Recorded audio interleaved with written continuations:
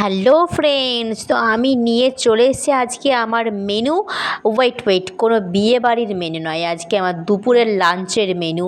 তো আজকে আমি খেতে চলেছি মুন্না বিরিয়ানি। তো সিরিয়াসলি এই মুন্না বিরিয়ানিটা আমি আগে দুবার খেয়েছি, আমার খুবই টেস্টি লেগেছে, ও সেই জন্য আমি আজকেও আবার অর্ডার করে দিয়েছি। আমি তার সঙ্গে হচ্ছে এক্সট্রা করে চিকেন, আলু, ডিম আর হচ্ছে আমার থামস আপ তো লাগবেই। বিরিয়ানিতে থামস আপ না হলে মনে হয় কিছু একটা কমতি, তো সেই জন্য থামস আপ আমার লাগবেই। এই যে দেখতেই পাচ্ছ বিরিয়ানির মানে ভাতটা এতটাই ঝরঝরে, মানে কি বলবো। আর হচ্ছে চিকেনের পিসগুলো দেখতেই পাচ্ছ কত বড় বড় পিস, আর এই পিসগুলো কিন্তু ওয়েল কুকড ছিল। আর এই যে আলু, ও মাই লাভ, আলু না থাকলে তো বিরিয়ানিতে কোনো মজাই পাই না।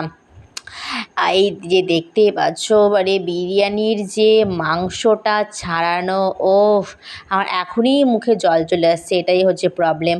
তো এই যে ভাতের সঙ্গে হচ্ছে আলু মাংসটা নিয়ে পুরো মুখে ভরতেই, তার সঙ্গে স্যালাড, ডিম, জমে গেল জাস্ট।